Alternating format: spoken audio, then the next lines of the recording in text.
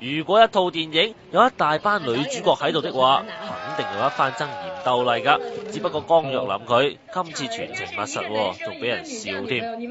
跟住成日佢哋笑我，你可唔可以唔好企喺啲比基尼嗰啲女仔中間啊？你好似張靈異照片咁，咁你好影響晒一幅美圖啊咁樣咯。係啊，咁今次就係同敖犬做一 pair 咯。咁我自己都好擔心，因為即係我喺戲入邊成日要打佢。係啦，咁我係試過有一場戲即係打到佢咧爆咗微絲血管咯，手嗰度，因為佢話你大力啲打啦，你越大力咧，佢話我即係啲戲好好做，我真係好驚你啊咁。